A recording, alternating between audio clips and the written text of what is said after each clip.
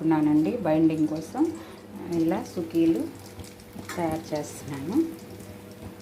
చూడండి, సుకీలు ఇలా కాల్చుకున్నామండి.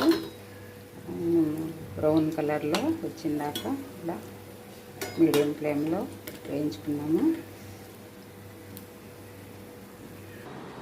సుకీలు అయితే ఇలా రెడీ అయిపోయాయండి. పూర్ణం శనగపప్పు ఉడకబెట్టుకొని 2 విజిల్స్ వచ్చిన తర్వాత చల్లార్చుకొని మిక్సీ వేసుకోవాలి. తర్వాత బెల్లం తురుము కానీ పాకంలాగా చేసైనా పోయొచ్చు. నేనైతే తురుమేసాను, ఈజీగా అయిపోద్ది అనేసి కొంచెం కొబ్బరి, ఎలాచీ పౌడర్ వేసి పూర్ణాలు తయారు చేసుకొని కొంచెం బియ్యం పిండి గోధుమ పిండి కలిపేసి దాంట్లో ముంచి ఫ్రై చేశానండి. అంతే, రెడీ అయిపోయాయి సుకీలు. బెల్లము పాకం అంటే పాకం కాదండి, కరగనిచ్చి పోసుకుంటారు.